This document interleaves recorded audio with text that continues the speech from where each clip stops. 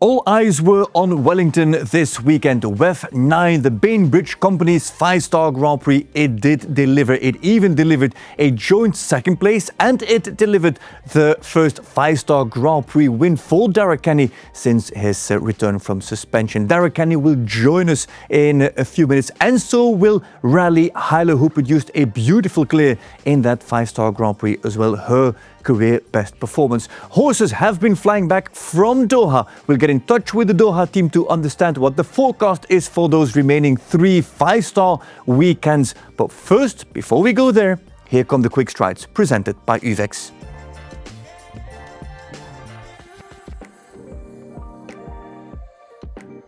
The latest FEI Longines World Rankings are out, with Scott Brash maintaining his position as world number 1. Ken Farrington remains in second, but has dropped significant points compared to last February, when he won 3 5-star Grand Prix and World Cup events. Van Meyer holds third place, while Richard Vogel climbed 2 spots to fourth, overtaking Gilles Thomas and Christian Koekkoek, who both slipped down the rankings. French young gun and world's highest ranked female rider Nina Malvet reaches a career high in 7th place, and just below her, Shane Sweeten returns to the top 10, with McLean Ward rounding out the elite group in 10th position. After nearly a year out, Jos Verlooy has welcomed back the stallion Nixon van het Meulenhof to his string, making his return to competition at the Sunshine Tour. Nixon, a half-brother to the legendary Emerald, made his 5-star Grand Prix debut back in 2024 and was being groomed as Verlooy's number 1 mount. However, 2 injuries have kept the promising stallion sidelined for an extended period, putting his progression on hold. Now, at the Sunshine Tour, Nixon produced 3 clear rounds at meter 35 and meter 40 level. An encouraging sign for both Team Eurohorse and for Jos Verlooy. While it is still early days, the return represents the break of luck the team has been patiently waiting for. Swedish show jumping team captain Henrik Ankarkrona has been appointed chairman of the European Equestrian Federation's working group for show jumping. Ankarkrona has been a member of the EEF Jumping Committee for several years and now takes the next step to lead the group. The EEF, or European Equestrian Federation, has 15 working groups covering different equestrian disciplines and works to strengthen the sport in Europe while collaborating with the FEI on matters like rule changes and championship venue selections. I think it's fun, interesting and important for development. In my role as team captain, I believe it's part of the job to help drive the sport forward in Europe, Ankarkrona told the Swedish Equestrian Federation, continuing, "If you're going to have opinions, you also need to get involved." The FEI's new jumping recorded warning rule is making an impact. In just the first 2 months of 2026, 74 warnings have already been issued. The rule, which replaced the old blood rule at the start of the year, has sparked significant debate. Under the old rule, a rider leaving the ring with marks from spurs would be eliminated.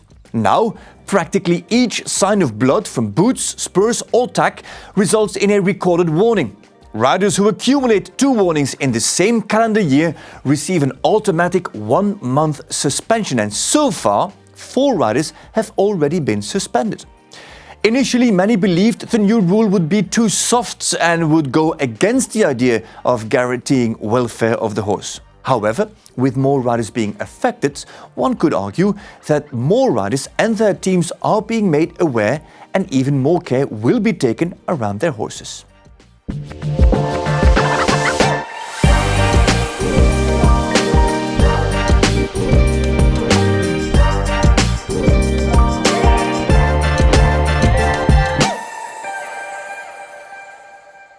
Ladies and gentlemen, welcome to the Horse Show, the first episode following International Women's Day. With me in the studio, I have an expert on women. Every week he has to put up with at least 3 at home, and celebrated them last Sunday. How did you celebrate International Women's Day, Joe? Now I know why my wife was mad with me. Yes, so it all makes sense. Yeah, now it all makes sense. Yeah. I have to be honest, I didn't know it was International Women's Day until my daughter was born on International Women's Day. And so from now on, I actually know. Okay. So it's the same day every year? Yeah. So I need to mark this down? Yeah. So I don't make the same mistake. If my wife's watching, I'm sorry. Now I understand. Yeah. I will send you a message next year. Please do. Yeah. Please do. And then I can remember to do something nice. International Women's Day. Joe, there was also, not only was it good news because it was International Women's Day, it was also good news. Whoever watched Doha Equestrian Tour on social media saw that a lot of horses, almost all horses from Doha, we mentioned it last week with Neil sitting here in the studio. All those horses returned from Doha. Flights were organized. Earlier today, I had a conversation with Abdullah Al-Kashouti, the Marketing and Communications Director of the Doha Equestrian Tour. Here is that conversation. Abdullah Al-Kashouti, Marketing and Communications Director of the Doha Equestrian Tour. Welcome to the Horse Show. Thank you, Fred. Thank you for having me in the Horse Show. Regardless of the sport of show jumping, what is the situation at the moment in Doha and in Qatar? Yeah, Qatar is closely monitoring the situation in the region, and it's mainly affected the airspace and the international travel. But the government and all the local authorities are trying to assure that in the best way that the situation is being managed, and they are giving a really strong focus on the safety and the stability. We are not part of this.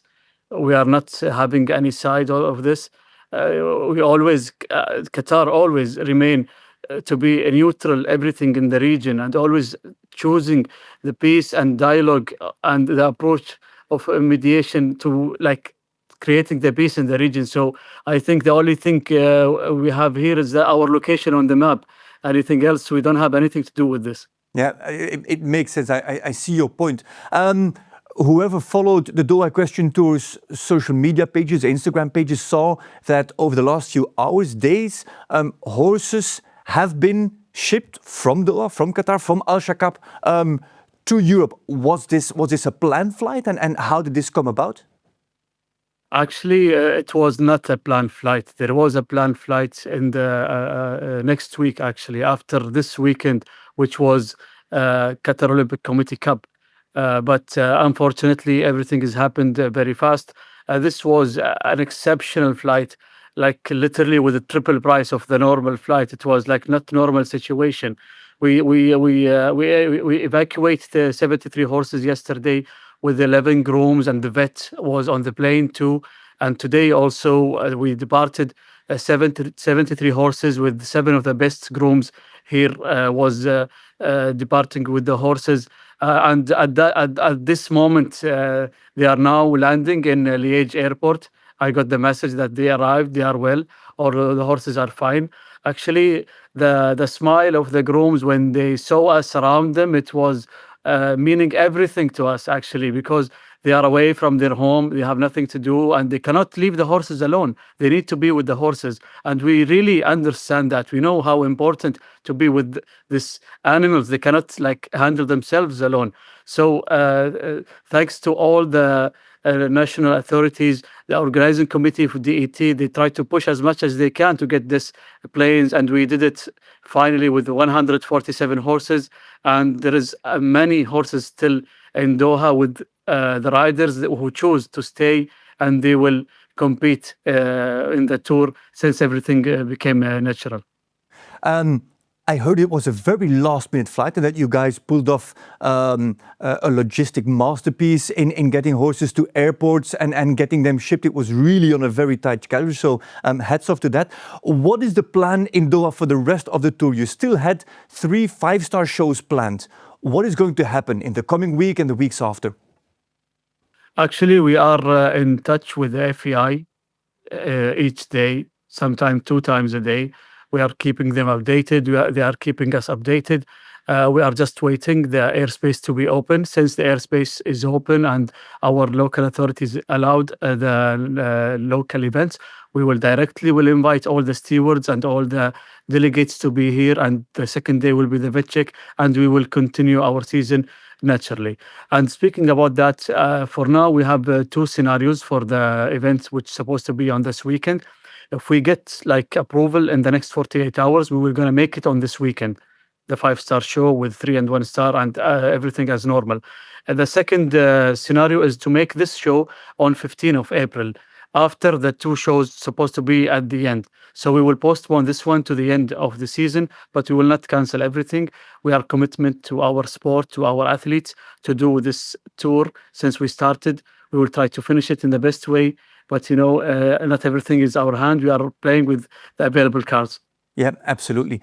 We will keep our viewers as well updated on whether or not Clip My Horse will be live streaming that event at Al Shakab at the Longines Arena, one of those many 5-star events during the Doha Equestrian Tour. Abdullah Al-Kashouti, thank you very much for taking the time to speak to us. I know it is a Ramadan. I also know that you have been on a very busy schedule over the last nights actually to get all the horses out and that you're still trying to sort things out for the upcoming 5-star. So thank you very much for taking the time, and hopefully we see the 5-star of Doha this weekend on Clip My Horse.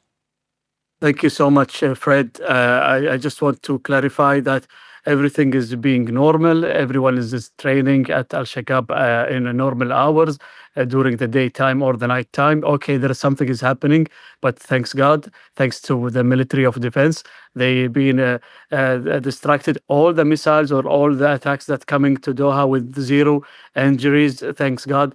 And all the horses and all the grooms and all the related to our sport, they are fine, and we didn't had any injuries. I think that we hope that this tour to become better than this situation. But I believe that after we saw all the messages from the international media, everyone is wishing us safe, and they really appreciate what we did already to the horses, that we are evacuating them to put the priority for them. It means everything for us. This is our sport. We will be always supporter for the sports, and this tour will be always supporting all the international riders and all the sports in the world. You already have done something magnificent over the past few weeks, and now with the evacuation, you've done something magnificent once again. Abdullah, thank you very much for joining us. Joe, that's interesting. It's positive that these horses are back. It's positive that these grooms are back. It sounds like they've done a tremendous effort, and somewhere it's also a sad thing. You see kind of some pride with Mr. Al-Kashouti about the event that they've put up. And in the first year that they put up such an event with so much prize money that had such an impact also on world ranking, etc., this is how it comes undone. Yeah, it's a sad thing for the organisation. They put so much effort into everything, to making the people feel comfortable, for setting up fantastic sport. It's been fantastic sport to watch. I think they've had some fantastic results, some great names out there. And then to end like this is really sad. Not just for the sport, for the riders, but also for the organisation, They've put so much effort behind it. And I think unless you've run one of those events, you don't realise how much effort it really takes to put everything on. It's a pity for them. I think some of the grooms will also be happy to be home. I had a listen, I had to hear around. I also heard that some of the members of the organizing committee actually, during that when the attack started, let's put it like that, actually left their own homes, their own families, to go and live in the compound or in the area, in the buildings, in the flats where the grooms lived. Yeah, just to make them feel safe. Safe. And I think it's obviously a sad thing what's happening out there, but somewhere they feel responsible for having everyone there and looking after everyone. It's a nice thing to have, that everyone comes together to sort of support each other. Yeah, as we heard Mr. Al-Kashouti say, not clear yet if the 5-star Grand Prix of this weekend will continue, but there are still in total 3 5-star Grand Prix scheduled, or 5-star events scheduled over the coming weeks in the Longines Arena in Al Shakab. Let's see how that plays out and how that follows. I guess if lots of the riders have come home, maybe it's a good time for me to go out there and try to win something. And improve your position. On the Longines ranking, yes. Maybe I can even finally get a position on the Longines ranking. Ooh, comeback. Yeah, 2 comebacks. Let's move over to the other side of the world. Let's go to Wellington International for the 9th week already in Wellington.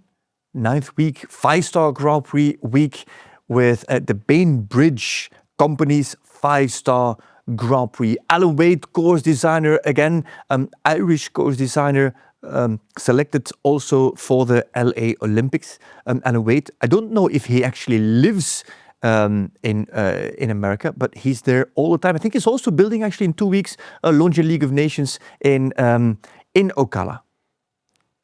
Can't tell you where he lives. But he's doing a great job. Honest answer. Let's see what he put together. What was that Grand Prix course like, Joe? I think he did a really good job.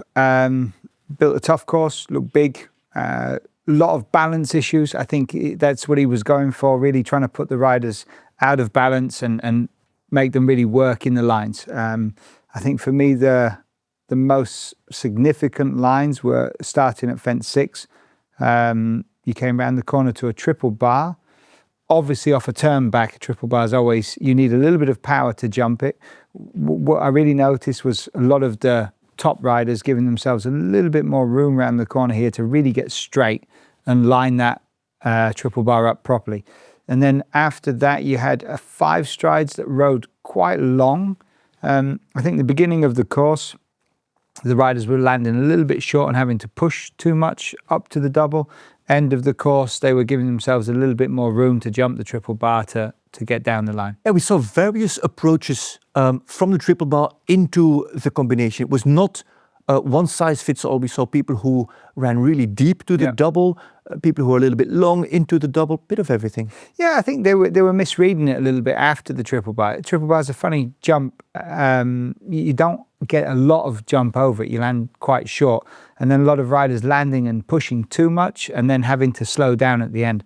I think we've spoken about it before. I think sometimes you better just accept the distance that you've got and keep your balance. You know, the balance is more important than the perfect distance in this situation. Because if you ride to close the distance, you actually run even more out of balance. Yeah, you put the horse more on the forehand, make it even more difficult. I would rather be half a metre too big and keep the horse more in balance and more on the back leg than actually push forward to get the perfect distance.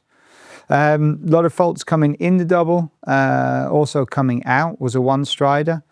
Then you had to balance them again for 7 strides outside with a Liverpool underneath here. Again, under the lights, that's often quite an optical illusion for horses. You saw a lot of horses having a double take there, and then had to really balance for the 4 strides down to a delicate vertical. So again, putting you out of balance, having to gain your balance, putting you out of balance again for the vertical. That's really what it looked like he was playing with in this round.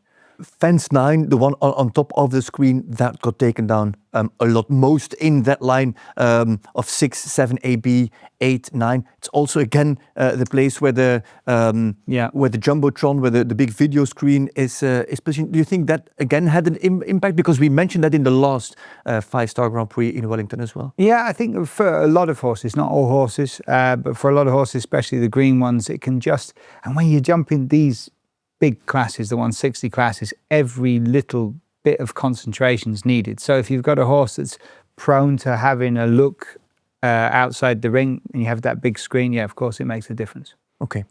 And then again, it didn't stop there. It came round the corner to the triple combination. Big oxer coming in, again, coming out of the turn, you had to really get that right to come in. I think what I noticed, a lot of the riders coming in here purposely a little bit too deep to get a big jump there, so the 2 was a little bit easier to ride. If you came flying in, the 2 got too short. Huge vertical in the middle. The oxer was big but reasonable, but the center vertical really stood out. Yeah, a big vertical in the middle and then a big effort to come out as well, you know? And if you don't get in right, then the whole thing's wrong, you know? You get too close to the vertical, then you have to push too hard to come out on the oxer, or you find yourself coming in too deep, end up too far away from the vertical and have to push already and have the vertical down. So very difficult combination to jump where it's placed as well. And it still didn't stop. Then you had a big effort to come out of the combination, and then it was a 5 strides down to another difficult vertical to jump. So you come out of there all out of balance, and then you have to balance yourself again for the vertical. Unicolor rails there at Fence and that was where Kent Farrington got faulted. McLean Ward, because we're just picking out a few, McLean Ward got a fault in the heart of the triple combination. What did you make of that?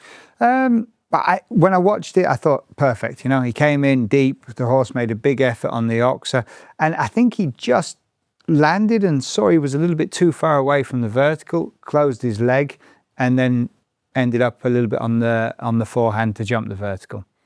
So I think it was either that or he was already thinking of the oxa coming out. Yeah. But for me, it looked like he just thought he was a little bit too far away from the vertical.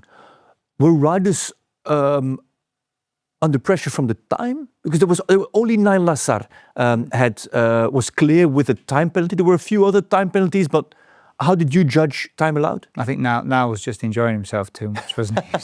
He looked like he was in there having cruising. Fun. Yeah, it was cruising, man. No, the time was correct. The time was correct. You know, you had to stay on it, but it gave you time. Like I said, here you could take a little bit more time to line this line up, and here also. As long as you didn't waste time anywhere else in the course, it gave you enough time to do your job properly. Okay, we're going to bring up two examples of the lines that we just mentioned. Here first comes Charlotte Murray, 24-year-old who trains with Spencer Smith on Magnum Z. So, I mean, she rode the corner great, super jump, and then you see there a little stumble. And I think that's just enough to break the concentration. You know, she's really in the zone, and then all of a sudden that stumble. And like we said, at this sort of level, even those small little moments of sort of bringing you out of the zone. Look here. Now, just lost its footing a little bit. And then you see she did a great job of picking him up and getting him going again. But I think the concentration was a little bit gone. Yep, already jumped a good World Cup out in Ocala a few weeks ago. And this is, Mark Bloemenland on the Nijse. Great job. You know, you see he landed there, picked the balance up straight away. That was unlucky. I mean, that was as light as you can rubber jump. It comes down, isn't it? You cannot do that any better, and you can't hit it any lighter. We saw people hitting jumps harder than this, and they stayed up. This is just part of the sport. Hardly touched it. It's so weird. I know we said it last week, but it's such an exciting combination, I think. Yeah. It's and even this week, he wasn't clear this week, but it looked even more comfortable, you know? More stable. Yeah, more stable, more comfortable. Before we go to the jump-off, two more horses that we really need to talk about. Lacey Gilbertson with Bellamy van der Dassenheide Z. Bellamy, a 10-year-old that was produced by Willem Vermeer. They made their 5-star debut. Absolute real jumper. She did a great job. Just here, maybe let her run a little bit too much into the gap. It was a good jump. And you see there, great reaction after the fault. Nice combination. Lovely balance on the jump. And you mentioned also cool jacket. Very cool jacket. It's kind of 60s Beatle things going on now. Magnum Pie. Magnum Pie. I thought when I saw it, I thought of Magnum Pie, but that's Magnum only Pie. No, yeah, with the car Magnum Pie. Okay. Lost me. No, don't worry, don't worry. Research it. One more. Another 10-year-old, by the way, Michael Duffy, with a horse that has been continuously produced by Irish riders, Mr. Kerley's a 10-year-old by Mosito and For Pleasure. This is actually the youngest brother of Heroine de Muse of Taizo Sugitani. This could become a very good horse. Yeah. Fraction deep coming in maybe, but you know, I think that was his plan. To, like we said earlier, to come in a little bit deep, so it made it easier for the vertical to jump, and then you see a little bit green maybe, had a small rub, but nothing. I mean, beautiful horse. Top rider as well. Yeah. And that approach, this is basically what everybody tried. Fraction. Yeah, but fraction. I mean, that's nothing. It was a very, very convincing round. Exciting combination for the future, and an exciting horse for Michael Duffy as well. Yeah, he deserves it. He's top rider. Yeah. And he's you see that horse really fits him. Okay. He's doing a great job. Into the jump-off go the following riders. These are the riders for the jump-off in that 5-star Grand Prix in Wellington with 9. Merlin Little with La Contessa, Jonathan McRae with Chacotolino PS, Thieme with DSP Chacaria, then Raleigh Hiler with Boris Chloe, Laura Kraut Bisquetta Vogel with Abu Chakr, Iron Dames Abu Chakr and NW, Taita Irwin with Hialita rather, and then Darragh Kenny with Eddie Blue and Ben Meer as last to go, really building in that final part of the 5-star Grand Prix in Wellington. We'll bring that in just a minute. Halfway through this episode of The Horse Show, we will be right back.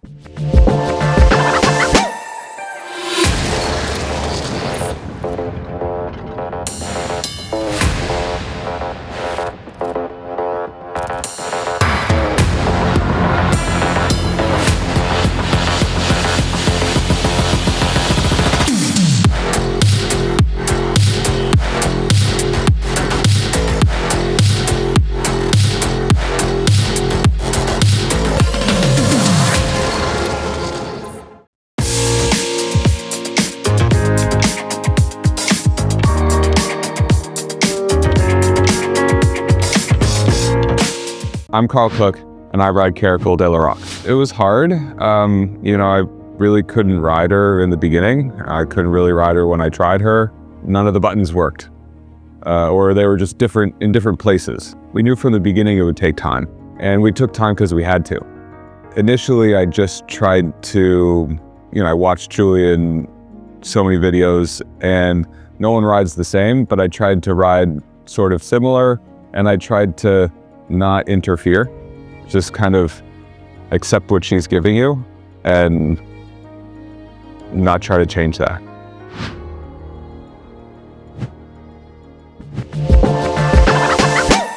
Welcome back to The Horse Show. We are halfway through this episode, but we're also halfway through the 5-star Grand Prix in Wellington, the Bainbridge Company's Grand Prix WEF 9, the 9th week in Wellington. Joe, not an official The Horse Show quiz question. However, I am going to test you. How many medals has Marilyn Little won at Pan American Games? Well, I did cheat a little bit. That's okay. 2. In eventing. There we go. Nice. That's strong. See, I'm actually doing research now. So Marilyn Little is a former eventer. Second question, where was Marilyn Little ranked? And don't say behind me, I want to know more or less where, on the FEI Longines World Rankings in 2024. So that's 2 years ago. 2 years ago, I've got no idea where I was ranked 2 years ago. But just guess. Yeah. 2,500? 2,800. And now she's world number 77. 77. Oh, well, that's pretty impressive stuff, isn't it? A lot has to do with the clear rounds that she is producing with La Contessa. And here comes that jump off round of Marilyn Little with La Contessa. First to go straight away. Really cool. Such a fantastic horse. Ears pricked, looking where it's going, deadly careful. And it fits. Deadly careful, that's a good way of putting it. Deadly careful. And she rides it well, Real trust in the partnership. And it's so interesting. There's been quite a few riders crossing over now, event riders crossing over to show jumping. Yeah, last week we discussed Paula de Boer-Schwartz in the World Cup in Helsinki. Yeah. Michael Jung, Sandra Auvaert. Horse, fantastic. Really exciting combination. And I think her statistics, you're going to tell us for sure, but she's jumping a lot of clear rounds, isn't she? EquiRatings mentioned 5 meter 60 classes recently, 4 clears. Now it is 6 meter 60 classes, 5 clears. In terms of consistency, not many horses like that worldwide. Yeah, but you see the horse is so attentive on the pole, isn't it? Yeah, really here again, wow. Yeah, and elastic scope, everything it does. It's an exciting horse. Okay.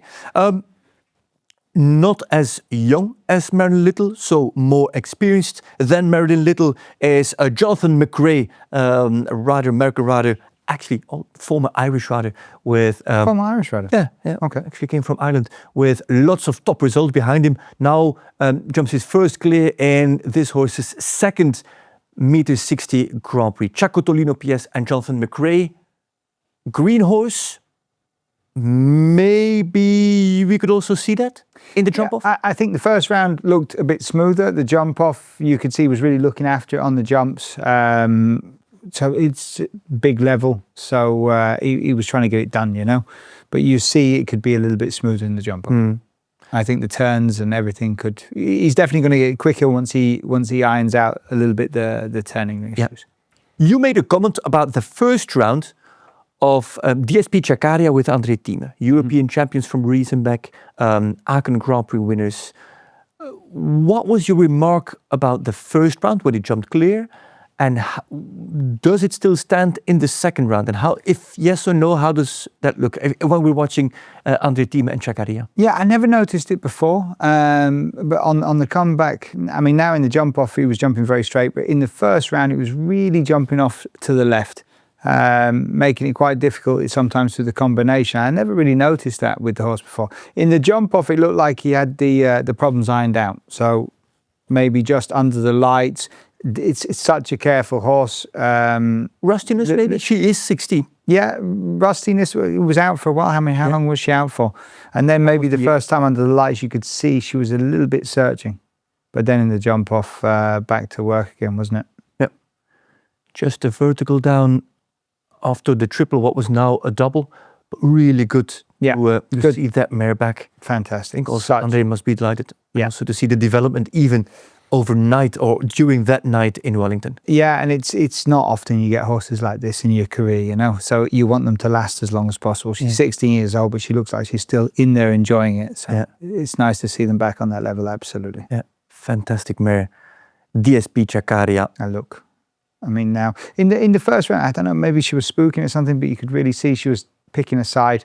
Maybe the fault came from that as well. You see, just on takeoff, she just hesitated and went a little bit to the left. Yep. Okay.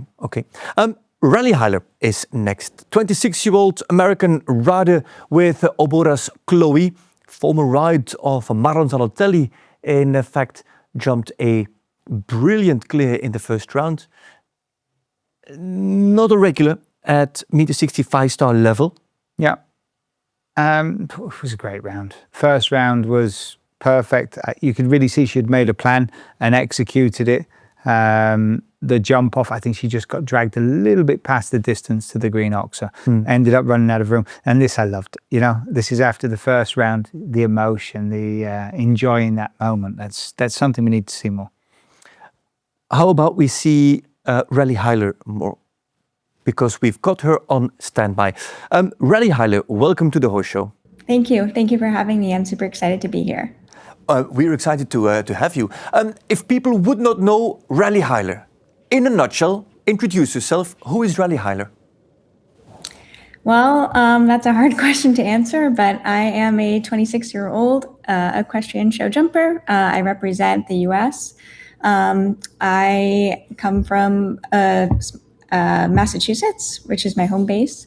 And then I have my horses based in New Jersey. I ride with Maximaya. There we go. That is perfectly said in a nutshell. You just jumped a brilliant clear in the Bainbridge Company's 5-star Grand Prix, WEF 9 in Wellington. WEF is very important for American riders. Everybody tries to peak there. What was it like for you? What was the build-up towards this 5-star Grand Prix?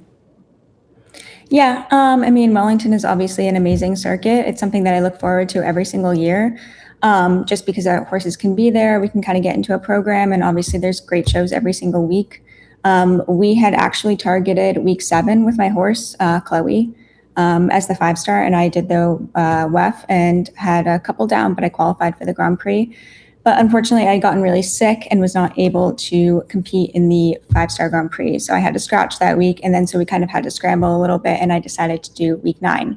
Obviously, I was super bummed when I did that. But I like to think that everything happens for a reason. So maybe it was actually for the best.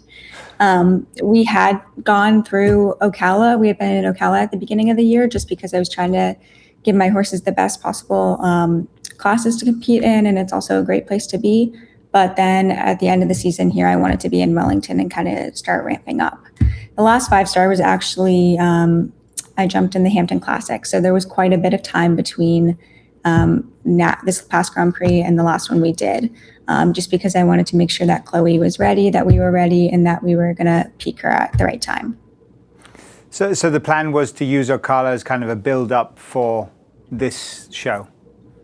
Yeah, exactly. There's a couple 4-stars out there, so it was kind of like a little bit nicer of a transition rather than going into Wellington week 5 right off the bat, which I think can be quite difficult. Joe and I were discussing the course. You just said you're not a regular in 5-star Grand Prix. We were just discussing the course. Alan Wade did a magnificent job, but it also looked like quite a tough course. How did you walk it? How did you assess it? What were the conversations between you and Max, your trainer? Yeah. Well, it's funny before 5-star Grand Prix, I think I kind of ramp up in my head that they're going to be like massive, which they are, but that they're going to be like Olympic level, which they can be. But I get more in my head rather than like when I actually go and walk the course and I'm like, okay, yeah, this is achievable. I can do this. And obviously when we walked it, it was big, but, and there were some questions, but for the most part, I had a good feeling about it. I think Alan Wade did a wonderful job. He's done some Grand Prix that I've actually gone clear in. So I like to think that he's my kind of course designer. But he is difficult, of course. So the course was definitely big. It was technical. There were a lot of spots where I knew were going to be tricky for me and my horse. But Max and I really kind of walked over the track. We walked together, and then I would go and walk by myself. And then we would come together and talk about what made sense and what I had to do for the plan. What were you worried most about? Was it the line, the triple bar to the double Liverpool Oxford vertical? Was it more triple combination? Was it anything else? What was most on your mind in that course? Yeah, that's a good question. I was more concerned about the last part of the course. Chloe tends to get quite strong, and I get a little bit tired. So I was really thinking, okay, I need to Max even told me, like, grab a second wind at the end of the course. So like you said, coming into that triple combination, I knew that was going to be difficult. I was going to have to really hold her back for the 2 because after you jumped A, then the 2 came up really quick. And then you have to clock across B or C. And Max had told me that. He said, when you're slowing down coming into B, riders are going to almost, push too far past and then maybe have B down in anticipation for C.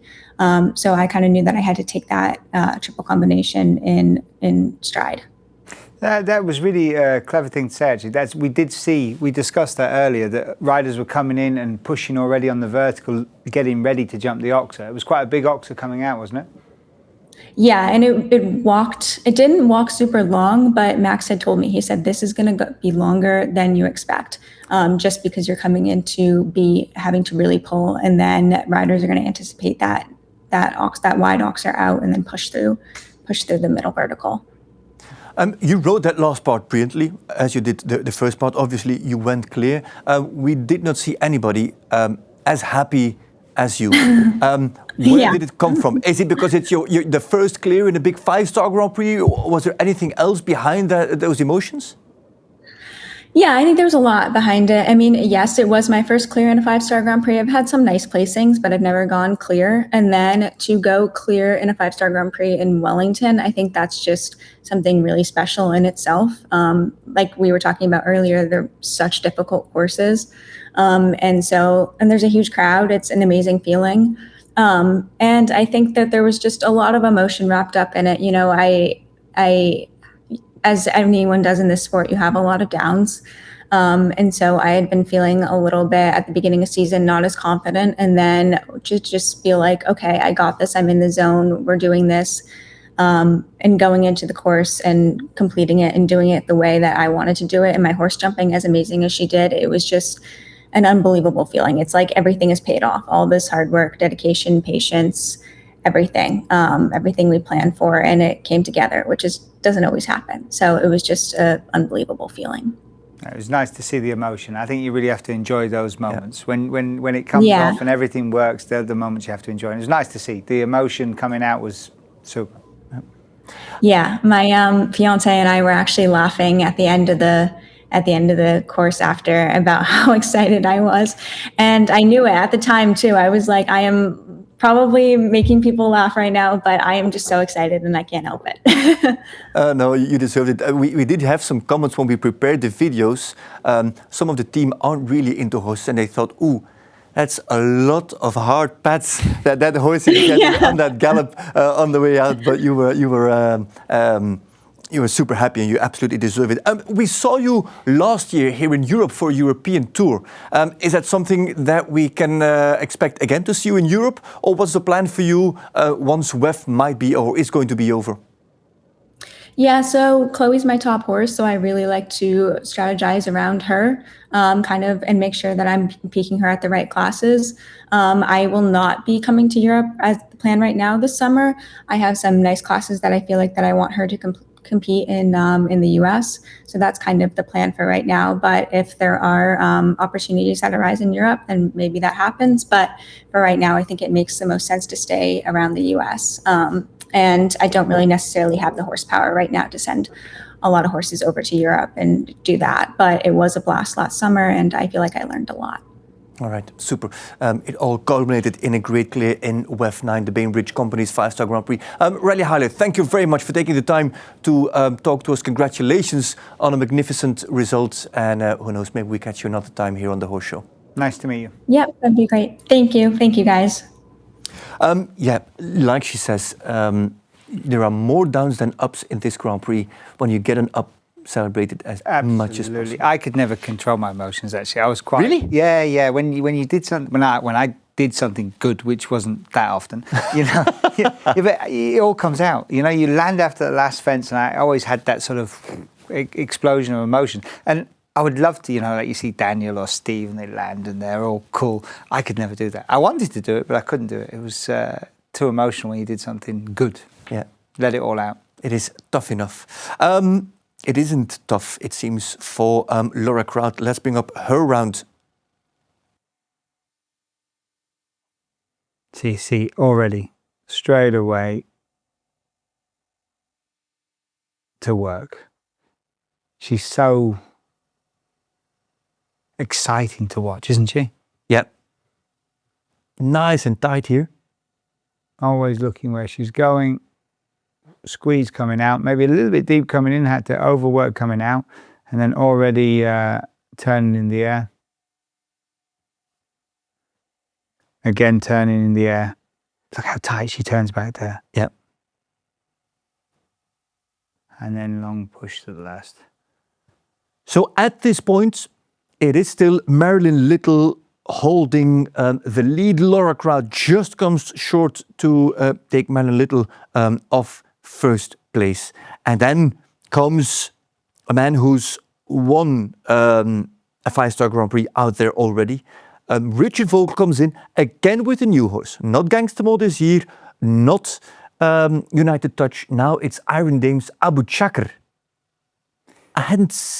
We saw the horse in the World Cup in Ocala. I mean, for me, that was a little bit of a green mistake. I think it's quite new to this level. Yep. Richie obviously gives him a great ride, but you see here, maybe a little bit deep, over-tried in front, and then got a little bit lost. I think also with the water underneath, when he came too deep, he tried too hard in front and then had to readjust in the air. Because in a way, he rides this horse the way he would ride. Okay, Gangster is also still young, but any other Grand Prix horse comes on the angle, goes from outside to inside, so gets straight very late. Yeah, the last stride he straightens up, and then you see it's a green horse. But with Richie, he's such a strong rider. You see the horse jumped the rest of the course in full confidence, and it'll learn from that. Yeah. And I think he'll go back in, and he wouldn't change it. He would do the same again, and that's. His horses learn how to handle those situations. The only way they learn to handle those situations is by being put in those situations, you know? So it will take away the positive from that.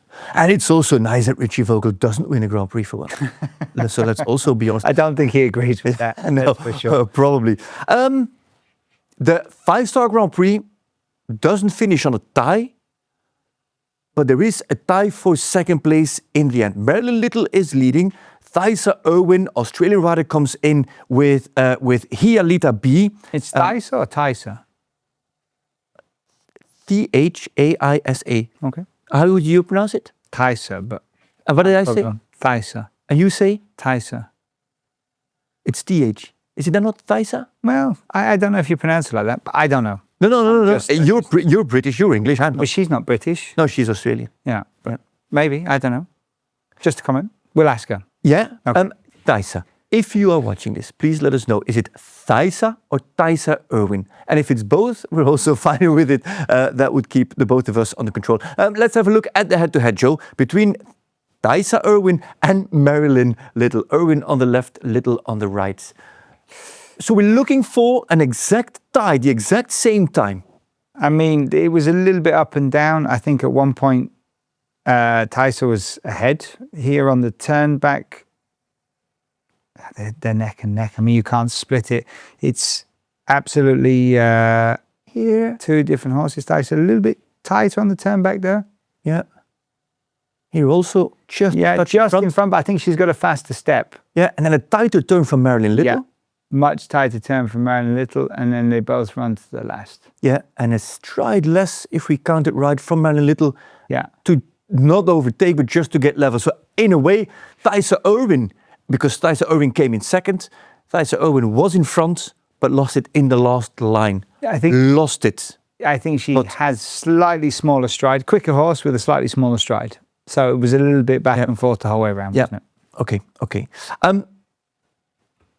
Fortunately, it didn't end on a tie. We did have a winner, and he came in straight after. Darragh Kenny is next. In the head-to-head, we picked Thaisa Irwin as the partner. First, what happens here, Joe? First line already. So yeah, he's done one less straight away. He's got such a big stride, and that's what he uses to his advantage. It's an incredible rider. I think Thaisa's got the faster horse, but he uses the stride to his advantage. You see here, he has to slow down. She catches him up a little bit, and then straight away back on the gas to use his big stride again. And he sees a distance. Look, he's actually in front here. Yeah, but then look at his turn back. Wow. The control, and then here he wins it with his big stride to the last. And what he does so well is sees a distance from so far away. And just commits to it. Commits to it, trusts in it, believes in it.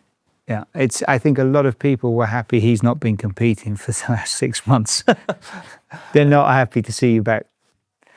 You know, he's so talented and accurate, fast, committed, believes in it. Yep. Yeah. Last but not least, Ben Meer was still to come. Dallas Vegas Batilly. Here is Ben as the last to go in the jump off. 1, 2, 3, 4, 5, 6, 7. Does go for the HO.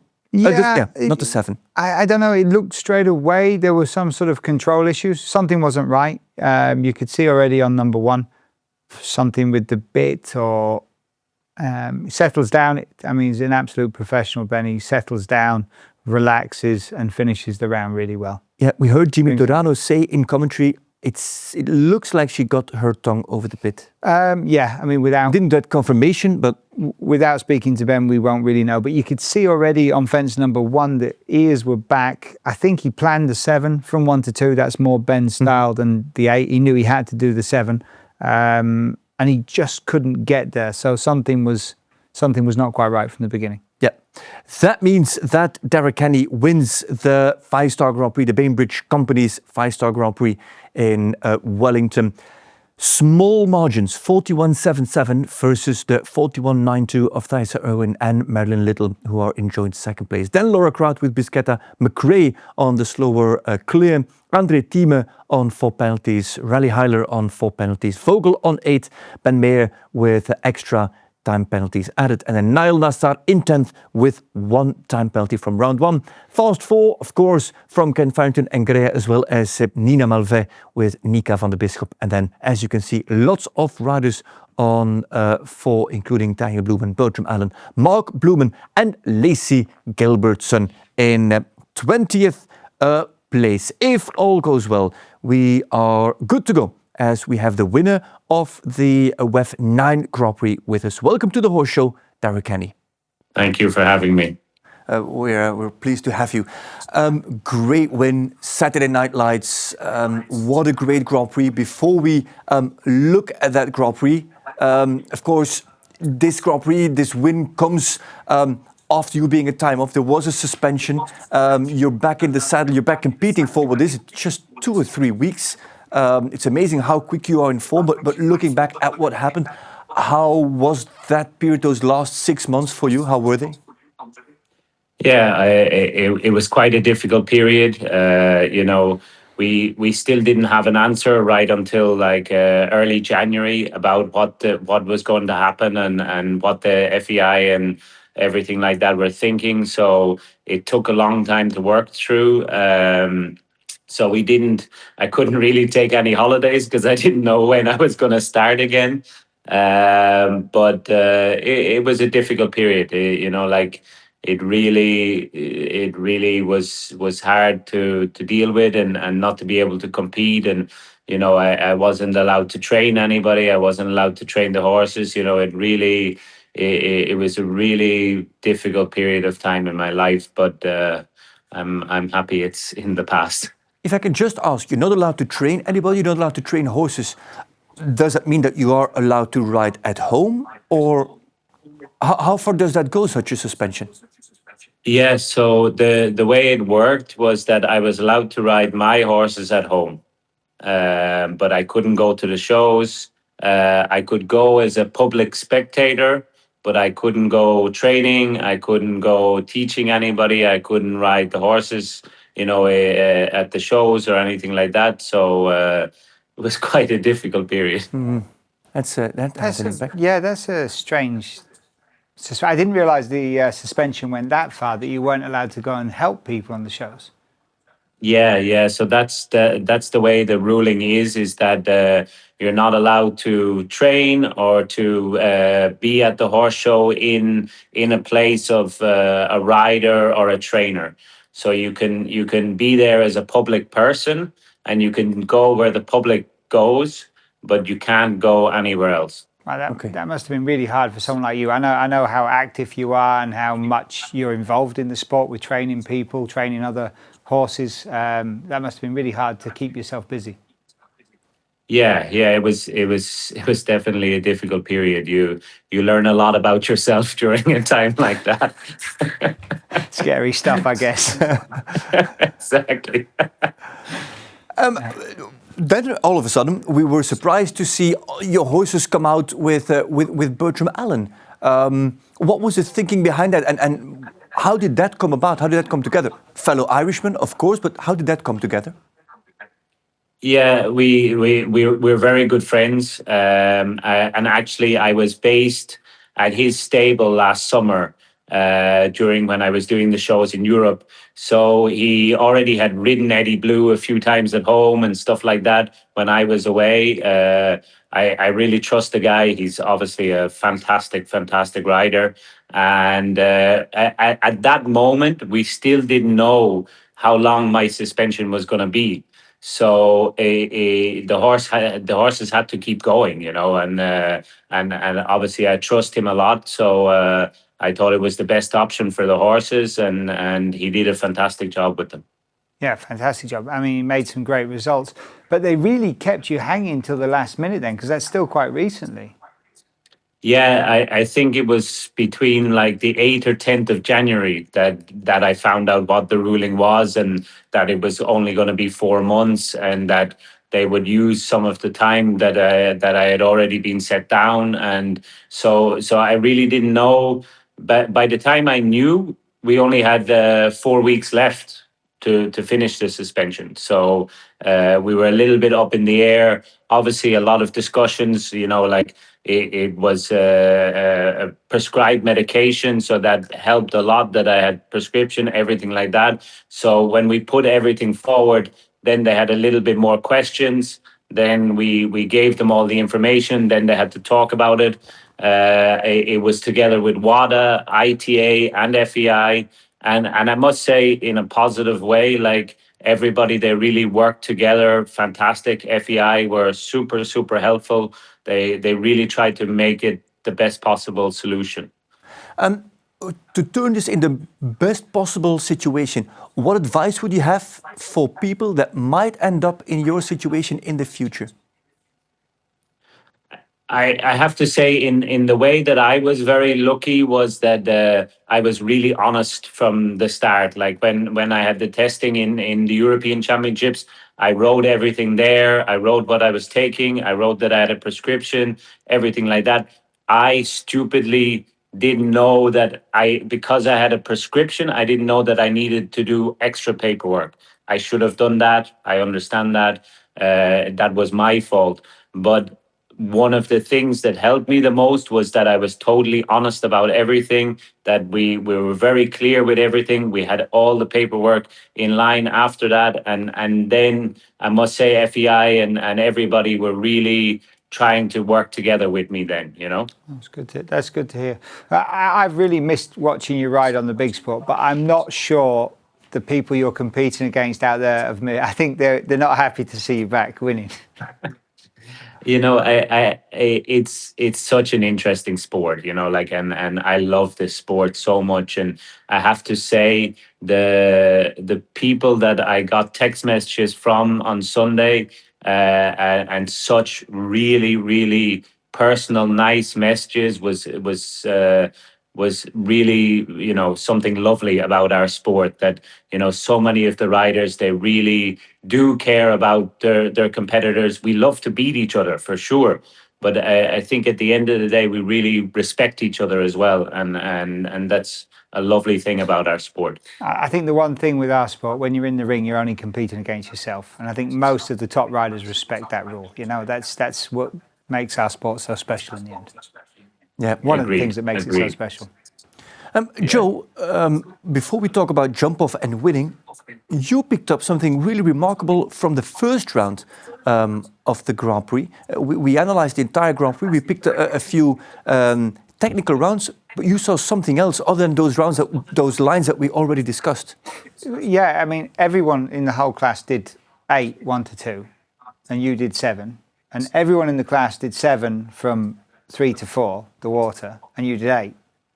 Just to make it more interesting, or was that the plan? I would have to say I'm probably still a little bit rusty.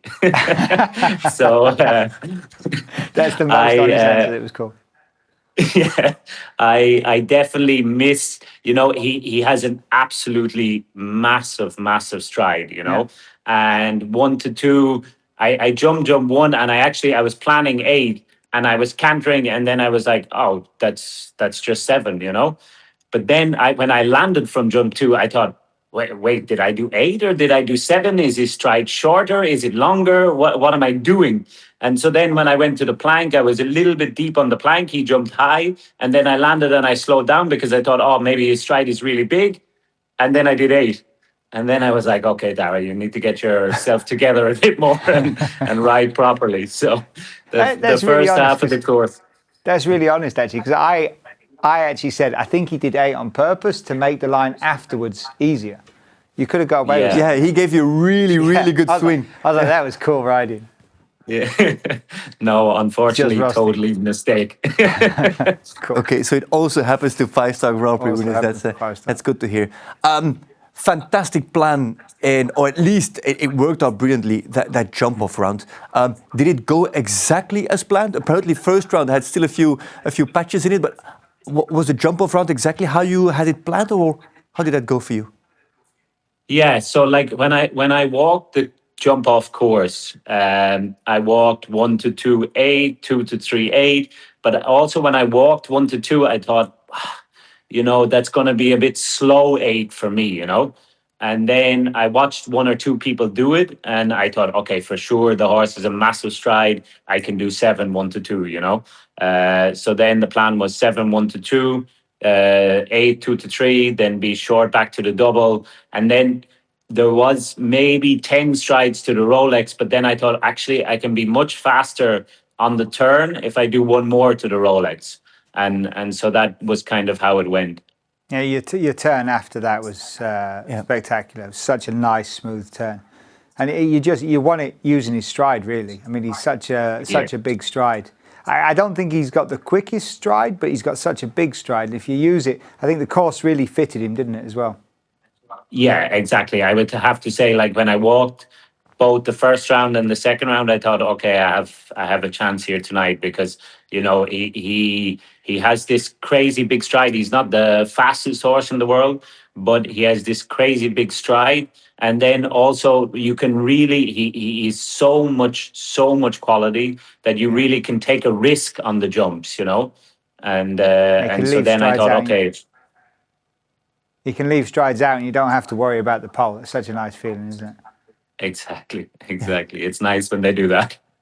It's an incredible run that is on with you and with Bertram. Of course, the run is relatively short, but with Bertram, he jumped clears in the big classes. Your first 5-star Grand Prix with him again after the suspension. Only a late fault in the Rolex combination. Was it 2 or 3 weeks ago? For the rest, all meter 55 classes, all meter 60 classes, clear or double clear. It's incredible how little rhythm he needs to be straight away back in the game. Yeah, like the horse. I think he's just a very, very good horse. I think it's just that simple. He's not complicated. He's not this or that. He's just a really, really talented horse, and he wants to jump clear rounds no matter what you do. Like the other week with the 5-star Grand Prix 2 weeks ago, it was a little bit bad riding on my part. That I had the vertical going into the double, but the horse also jumped a fantastic round that night. And, Bertram did a fantastic job with the horse. So then he was up and running, and I think he's just a good horse. And did you jump some big jumps at home to get ready, or you've just been playing with small jumps? How did you make yourself ready for that? So, because you seemingly just come back into the top level. Most of us would have to do some 120s and 130s. You just come back in straight on 155, 160 and winning. What were you doing at home to get that? A lot of practicing. I was doing a lot of practicing.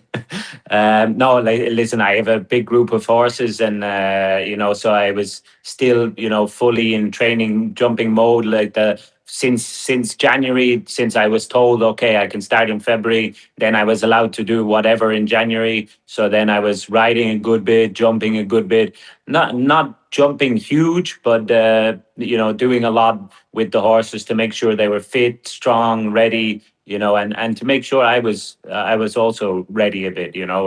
I knew that I was going to be able to come back already straight away a 5-star week.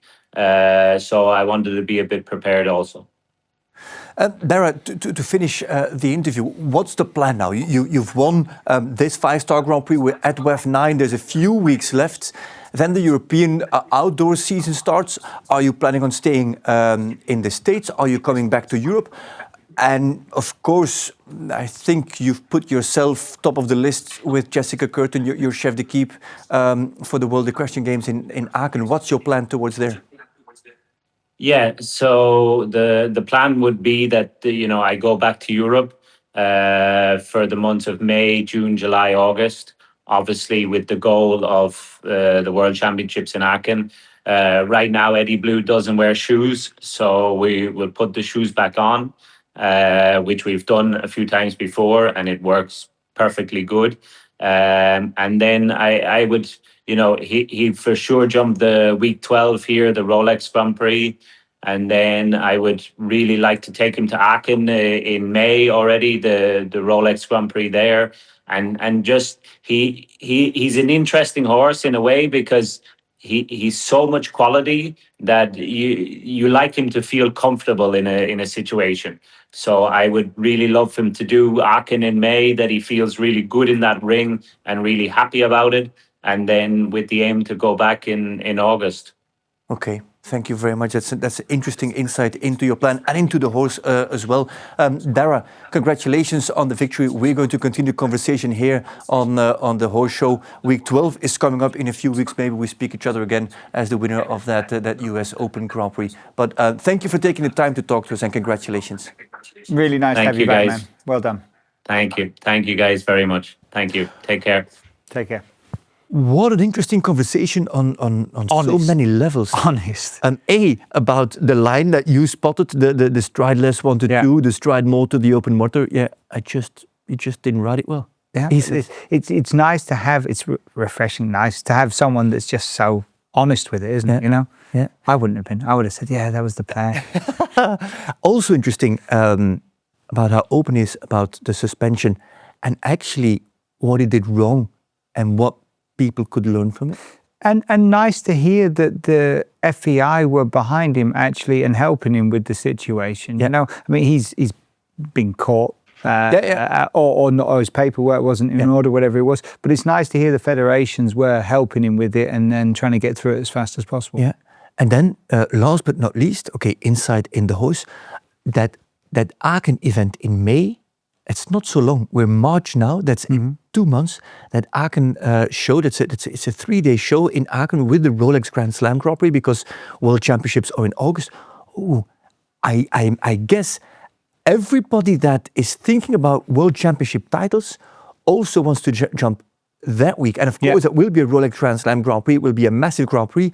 But there's going to be so many stories going on there that weekend. Absolutely. And, you know, he's fresh. He's fresh. The horses are fresh. He's more motivated than ever. I can guarantee that. And the Irish team's building. You can really feel they're building something. They've got a new chef to keep. A lot of strong combinations. I mean, Bertram... James Can-Cruz. James Can-Cruz is really on form, you know. It's going to be a strong team. Yeah. It's going to be a strong team. Jessica picked the right time, didn't she? She's, absolutely. What a time to come on board. Now's the time to come on board, So, WEF 12, we just heard, is the US Open week. That WEF 12 is still a few weeks away. Let's first look at what is coming up this week, presented by the Aloga Show Advice. We've got 2 events. It is the Al Shakab 5-Star Grand Prix in Doha. As you heard, it might still be that event gets postponed. Abdullah Al-Kashouti informed us about that. But for sure this weekend, the Dutch Masters in 's-Hertogenbosch, part of that Rolex Grand Slam of show jumping, with not only the Grand Prix on Sunday, also the rider and horse change, the Final Four system. I think that is on Friday, something that you have to watch. It was started last year and was very well received, and it's really a must-watch class. Joe, thank you very much. Dutch Masters is not too far away. Are you planning on going, or is it for you watching at home? No, I was thinking about going. Something I'd like to go and watch.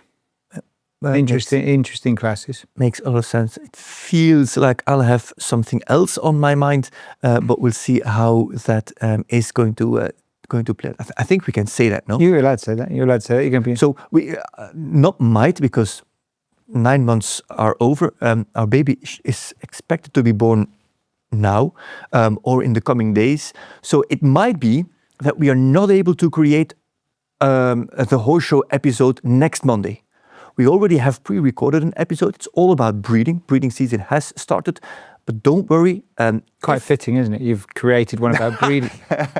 One around breeding, not on my own breeding. But if we can't treat the Dutch Masters next Monday, we will put it forward or put it backwards into a week later. So looking forward to it. Yeah, bear with and good us. luck.